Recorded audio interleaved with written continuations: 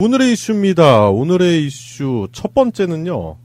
자유한국당에서 이재명 성남시장과 재윤경 현 의원, 네이버의 김상원 전 대표를 고발했죠? 검찰에. 네, 그 12일 날 고발을 했다고 자유한국당이 12일 날에 밝혔는데 네. 이게 그 의혹에 기반한 거죠. 그 네이버가 시민단체 그 희망살림의 법인 회비 명목으로 낸 그 40억 원 가운데 39억 원이 이재명 성남시장이 구단주로 있는 그 성남 FC 프로축구단의 그 후원금으로 쓰였다는 그 의혹 때문에 고발을 한 건데, 그래서 네이버에서 희망살림 그리고 성남 FC로의 자금 흐름을 최순실 국정농단 같은 걸 같이 들먹이면서 이제 몰아가고 있는 시점이죠. 이게 그러니까 2017년도 10월 20일 날 경기도 국정감사에서 나왔었던 얘기였거든요. 이야기의 발단은 2015년도에 아까 양세병님 말씀하신 대로 네이버 측에서 전달된 희망살림의 기부금이 결국 이재명 시장이 구단주로 있는 성남FC에 지원된 게 불법이다. 네, 그래서 자금 세탁이다. 뭐 이런 식으로 당시 자유한국당이 엄청나게 공격을 했었죠. 그런데 결국에는 국정감사에서 이미 어느 정도 해명이 된 얘기고, 그렇기 때문에 이런 얘기를 어느 순간 갑자기 김성태 원내대표가 원내대표 되기 전부터 자꾸 이런 얘기를 언론을 통해 얘기를 하더라고요.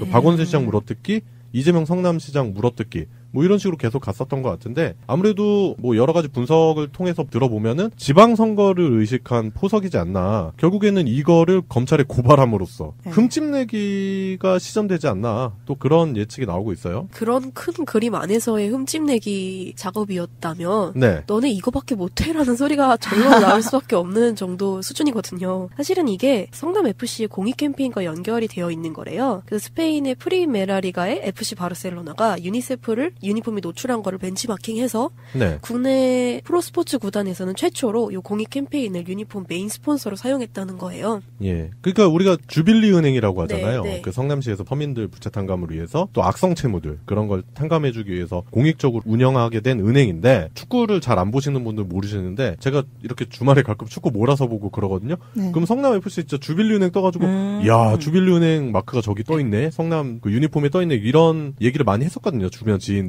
그러니까 결국 그런 식으로 공익 캠페인을 한 거잖아요, 결국에는. 그렇죠. 유니폼에 그 로고를 노출하는 거 외에도 그 선수단을 활용해서 캠페인 활동을 하고 그 프로젝트를 홍보하는 목적으로 쓰였다고 얘기가 나왔었거든요. 네. 이거 오히려 자한당이 지금 홍보를 해주고 있는 게 그러니까요. 이재명 성남시장이 지금 더 좋은 기회를 제공하고 있는 게 아닌가 싶네요. 저는 이제 유니세프랑 아까 FC 바르셀로나 스폰서 구조에 대해서 조금 더 이제 들여다봤는데요. 네. 2006년부터 5년 단위 계약으로 진행을 해오고 있었다고 해요. 원래 처음 2006년에는 연간 150만 유로씩을 이제 지원을 하는 건데, 그 이번 성남FC랑은 조금 다른 게 이 경우에는 유니세프로 지원이 되는 거예요. 그러니까 FC 바르셀로나가 유니세프를 지원을 하면서 유니세프가 광고를 다시 이제 또 해주는 그런 식이거든요. 일단은 이 계약이 두 단체의 사이에서 처음 이제 시작이라고 이제 얘기를 하는 거더라고요. 그래서 2006년부터는 10년 동안은 그렇게 150만 유로씩을 지원을 받았고, 유니세프가 지원을 받았고, 2016년부터는 200만 유로로 그게 늘어났고요. 네. 2006년서부터 했던 운동들은 보니까 에이즈 방지 운동을 했고요. 뭐 스와질랜드, 말라위, 앙골라 뭐 이런 그 아프리카 쪽에서 에이즈 방지 운동을 했고, 2011년부터는 이제 카탈루냐, 가나, 남아프리카, 중국, 브라질로 확대되면서 어린이 교육 환경을 이제 개선하는 운동으로 이렇게 활동을 했더라고요. 저는 또 한편으로 이런 생각이 드는 게, 이게 이제 우리가 프로축구 시청하는 걸로만 끝나는 게 아니라 청소년들 사이에서 축구 관련한 게임들 많이 하잖아요. 그럼요. 그럼 거기에도 이게 그대로 노출이 돼요. 피파 온라인 이런 게임 하잖아요. 그 팀을 선택해서 게임을 하잖아요. 그러면 이제 유니세프 로고가 떠 있다든지, 아니면 성남FC K리그 선택해가지고 게임을 하면 주빌리은행 마크가 보이기 때문에 청소년들에게도 궁금증을 유발할 수 있고, 또 그렇게 되면은 검색해서 찾아볼 수도 있고, 공익운동 차원에서는 참 괜찮다, 그런 생각이 들었거든요. 그런데 이제 자유한국당에서는 결국에 이게 이재명 성남시장의 자금 세탁법이다, 뭐 이런 식으로 국회에서 결국에는 고발을 하게 되는 그런 지경까지 왔는데, 이게 참 시기가 적절해요. 자유한국당 입장에서는. 일단은 짚어볼게, 남경필 현 지사가 바른정당을 탈당했죠. 그 9일날 페이스북을 통해서 바른정당과 그 국민의당의 합당에 참여하지 않겠다라는 얘기를 올리면서 사실상 탈당을 선언한 거죠. 야, 명분도 좋아. 시기적절하게. 그럼요. 그런데 새누리당을 탈당했을 때 명분은 어떻게 할 거냐고. 다시 가잖아. 뭐 김성태, 장재원 다 그런 사람들 아닙니까? 그렇죠. 철새죠, 철새. 네, 이은재 다 그 급으로 돌아서는 거죠. 결국에는 남경필 현 지사가 탈당을 하고 얼마 안 돼서 바로 이재명 성남시장이 고발되는 걸 보면은 현 경기도지사에 대한 자유한국당의 일종의 정치적 그런 포석의 작업이지 않나 그런 생각을 누구나 할 수 있을 만한 뻔한 수잖아요. 그렇죠. 자유당에서 이재명 시장을 고소한 그 같은 날 홍준표가 얘기했죠. 남경필이 복당할 것이다. 한국당으로 돌아올 것이다 라고 얘기를 하고 실제로 14일부터 절차를 밟을 거라고 하네요. 저희가 오후 7시 정도 됐는데 아직까지 뭐 남경필 지사 입장에 대해서는 나와 있지 않는데 아무리 봐도 다시 자유당으로 복당하지 않겠나 뭐 예측이 난무하죠. 13일날 남경필 지사 페이스북을 보면은 그 글이 올라왔잖아요. 하나. 세상을 어지럽히는 동탁을 토벌할 수만 있다면 저는 기꺼이 조조가 되는 길을 택하겠다. 어디서 보긴 봤네. 근데 거기에 이제 이재명 시장이 정면 비판을 하면서 이제 되게 재밌어지는 거죠. 네. 일침을 놨는데 조조는 시류에 따라 진영을 옮겨 다니지 않았다. 두둔. 이재명 성남시장의 비판이 딱 적절하다고 느껴지는 게 뭐냐면 그래가지고 이제 여포 얘기를 하잖아요. 아, 맞아요. 여포. 오히려 여포에 더 맞는 입장 아니냐. 네. 그렇게 보면은 이제 남경필 지사도 이제 한 3번 정도 옮긴 거잖아요. 그럼 여포랑 패턴이 비슷하지 않나 그런 생각도 들고 여포가 그러잖아요. 처음에 자기 양아버지 양주자사 정원을 배신하잖아요. 그리고 동탁한테 붙었다가 동탁을 배신하잖아요. 독립세력 만들어가지고 유비에 의탁했다가 또 유비를 배신하잖아요. 배신과 배신의 철새의 아이콘. 예, 삼국지에서 무장 중에서는 최고, 사람으로는 여포, 말로는 적토마, 뭐 이런 고사가 있을 정도로 무장에서는 최고지만 결국에는 신의가 없는 사람. 그걸로는 삼국지에서 넘버원이죠. 그렇기 때문에 이재명 성남시장이 남경필 현 지사를 여포에 비유한 건 아주 적절하다. 그렇다고 볼 수 있죠. 자신의 이익에 따라서 움직이는 듯한 모습이 보이잖아요.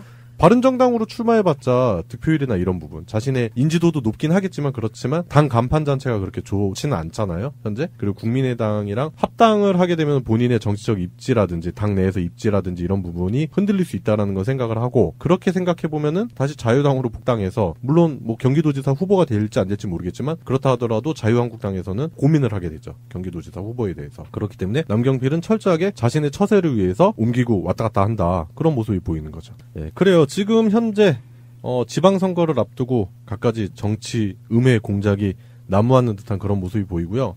뭐 일단 더불어민주당 쪽에서는 인재가 다양해요. 며칠 전에 우리 방송에 나왔었던 전해철 의원이라든지 그리고 뭐 지금 현재 이재명 성남시장이라든지 뭐 여론조사상에서는 이재명 성남시장이 압도적으로 우위를 달리고 있고 뭐 남경필 현 지사도 범접할 수 없는 그 여론조사 결과를 내보이고 있는데 이런 부분을 본다면 자유한국당이 결국에는 정치적 꼼수를 부리는 게 아닌가. 근데 그 수가 너무 뻔하게 읽히는 게 아니냐 그런 생각도 들고 그리고 갖가지 발표하는 성명을 통해서 현재 더불어민주당 내에 각 후보군의 지지자들을 교란시키려고 하는 그런 모습도 보여요. 뭐 예를 들어 이재명 성남시장을 문재인 정부의 핵심 인물이다 뭐 이런 식으로 표현을 함으로 해서 이간질을 하려고 하는 그런 모습도 덜어 보이고 있어요. 그렇기 때문에 그 부분에 대해서 비판하시는 지지자분들도 계신데 우리가 이런 책략에 휩쓸릴 필요는 없다고 봐요. 저는 제가 생각하는 이재명 성남시장이 그런 식으로 자금 세탁을 하실 분은 아닌 것 같고요.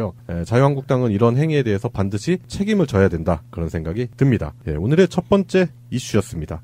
금주시사 첫 번째는 이 작가님이 가져오신 시사를 얘기해 볼 겁니다. 어떤 시사 가져오셨죠?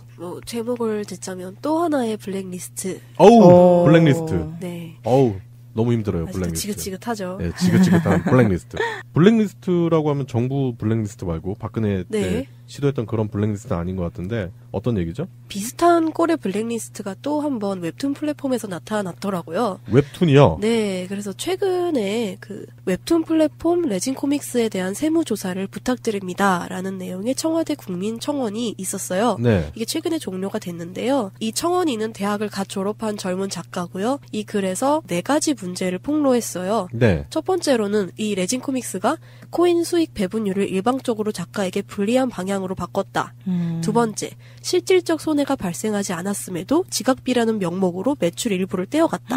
세 번째는 진행 중이던 웹소설 서비스를 아무런 협의 없이 갑자기 종료시켰다. 네 번째는 해외 서비스로 인한 고려 지급도 수년간 제대로 하지 않았다. 뭐 이 외에도 다양한 문제가 있다고 폭로를 한 거죠. 막무가내네요. 와, 진짜 문제 많다. 네. 네. 사실 처음부터 작가를 위한 뭐 작가주의 플랫폼 이러면서 표방하면서 시작됐던 레진이 알고 보니까 회사에 비판적인 발언을 하거나 그 회사 시스템에 대해서 문제 제기를 한 작가에게 불이익을 주고 있다는 의심까지 제기된 상황에 이르렀습니다. 진짜 충격적이네요. 왜냐하면 네. 그 네이버나 다음 웹툰이 한창 흥할 때 네. 그거는 네티즌들의 그 댓글이나 이런 반응에 따라서 공지도 나가고 사과도 되고 이런 게 되게 빨리빨리 되거든요. 근데 그런 것들 때문에 이제 레진 코믹스는 네티즌들보다 작가를 위합니다라는 식으로 광고를 엄청 많이 했었어요. 네. 최근에 공중파나 이런 데서도 광고를 많이 하더라고요. 제 주변에 뭐 레진 코믹스에서 연재한다 그러면 아 정말 대우 잘 받겠구나 이렇게 생각하고 있었거든요. 근데 충격이네요. 네, 근데 실상을 들여보니까 그렇지 않더라. 네, 완전 딴판인 거죠. 그래서 네. 이런 의혹들도 있고 청원도 있었고 그래서 최근에 1월 11일에는 이 프리랜서 웹툰 작가들과 독자들이 모여서 레진 코믹스 불공정 행위를 규탄하는 집회도 열렸어요. 요것의 표면적 계기는요. 레진이 이런 논란이 있었기 때문에 그 소통을 위해서 개최할 것이다 라고 했던 작가 간담회의 참석 대상이 현재 계약 유지 중인 전속 작가들로만 한정이 되어 있었기 때문인 거예요. 근데 사실 간담회는 그런 일방적인 조치로 피해를 받은 그런 웹소설 작가들, 뭐 웹툰 작가들, 또 계약이 해지된 작가들한테 더욱 필요할 텐데 사실 해당 간담회에 이 사람들은 참석을 할 수가 없어요. 그래서 여기에 분노한 레진 불공정 행위 피해 작가 연대가 그 레진 코믹스 본사가 있대요. 그 앞에 모여서 추운 날씨에도 불구하고 집회를 열었다고 합니다. 아까 새벽 씨가 말씀하셨던 것처럼 초기에 레진이 처음에 내세웠던 건 웹툰 유료화 모델을 성공적으로 정착시켰다 요거였어요. 네, 그리고 2015년부터는 작가를 위해서 우리가 복지 이런 제도적인 지원 등을 강조한다. 뭐 이런 걸 많이 얘기했었거든요. 뭐 건강검진까지 해준다 이런 얘기도 있었으니까. 작가들의 건강검진? 네. 오. 특히 가장 주목받았던 건 미니멈 개런티라는 게 있대요. 최소한으로 요 정도는 줄 것이다 라고 하는 건가 봐요. 근데 요게 월 200만 원으로 상향 조정이 됐대요. 그래서 한 일간지에선 이것을 두고 뭐 레진 코믹스의 개념 선언 뭐 이런 기사가 홍보빨이 나는 그런 냄새가 나는 그런 기사가 났는데 네. 하지만 얼마 후 레진 소속 작가 일부가 미니멈 개런티라는 건 올랐는데 그 결제된 유료 코인당 작가 수익이 원래 70원이었는데 50원으로 깎였다. 그러니까 이거네. 기본급 올려주고 수당 깎는 그렇죠. 거네. 밑장빼기죠. 밑장빼기. 밑장빼기네. 네. 진짜 이거 너무한다. 오한막감인데? 네. 그리고 새 계약서에 독소 조항들이 좀 더 있었나 봐요. 네. 그러니까 이게 전체적으로 그 공급이 늘어나지 않은 상태에서 작가들의 그 미니멈 개런티라는 걸 올리기 위해서 그 미니멈 개런티 이상의 수익을 올리는 작가들의 몫을 좀 줄이고 그렇지 못한 작가들의 수익을 보전해 주는다는 게 이거는 어떻게 보면은 이해할 수 있어라는 부분이긴 하지만 네. 그것을 조정하는 과정 속에서 작가들과는 전혀 상의도 없었고 어떤 설명회도 거치지 않은 채로 그냥 일방적인 통보로 진행이 됐던 거죠. 이러한 문제 제기를 보면서 레진은 소속 작가들한테 전체 메일도 보냅니다. 내용을 요약하자면 문제를 삼으니까 문제가 되는 거다. 문제를 삼아서 왜 딴 사람들 피곤하게 만드냐라는 식의 조퇴호식 발화였어요. 네. 재밌죠? 대박이다. 네. 그리고 실제로 레진에서 양극의 소년이라는 인기 작품을 연재하던 은송 작가가 SNS에 그런 복지에 대한 불만을 밝히고 나서 프로모션에서 배제가 됐대요. 비슷하게 또 미치 작가 역시 고려 미지급 문제를 공개 제기했을 때 레진의 모든 이벤트에서 의도적으로 배제되었음이 취재를 통해서 밝혀졌더라고요. 비판조차도 하지 말아라. 네. 너네는 그냥 그림만 그려라. 그림 그리고 글 쓰고. 우리가 알아서 챙겨주는 돈만 받아라. 네, 그렇죠. 네, 대신에 너네는 권리는 없다. 뭐 이런 식이네요. 네. 근데 이게 또 왜 블랙리스트냐라고 또 한다면 실제로 1월 11일에 SBS가 단독 보도를 통해서 내부 운영진이 작성한 블랙리스트 문건을 입수했다라는 내용을 정했어요. 그 문건이 메일이었던 것 같은데 그 메일 안에서는 보면은 그 레진 코믹스 정책에 항의한 작가의 이름이랑 작품을 명시하고 앞으로 이들 작가의 작품을 노출하지 말 것 이런 지시 내용이 담겨 있는 거예요. 그 메일에는 이 작가를 프로모션 등의 이벤트에서 제외할 것이다. 이는 레진님의 지시다라는 내용이 쓰여 있대요.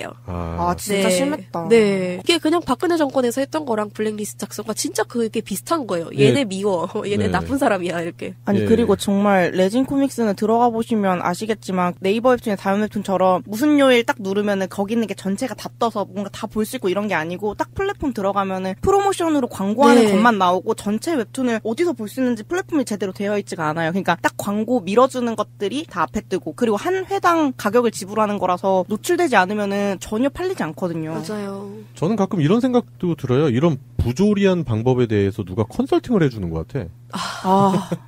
너무 치밀하게 하니까. 네. 이렇게 하면 등 칠 수 있어, 이렇게? 네, 와, 그렇죠. 등쳐먹고 너는 이득, 그리고 네 밑에서 일하는 그런 사람들이나 아니면 계약자들은 매기는 방법, 뭐 이런 거를 누군가 컨설팅을 해주지 않나 그런 생각이 들 정도로 수법이 좀 집요하네요. 찾아보니까 이게 되게 오랜 기간을 두고 골마온 문제예요. 근데 이게 크게 공론화가 되니까 이제서야 레진은 간담회를 열어서 수습하려고 했어요.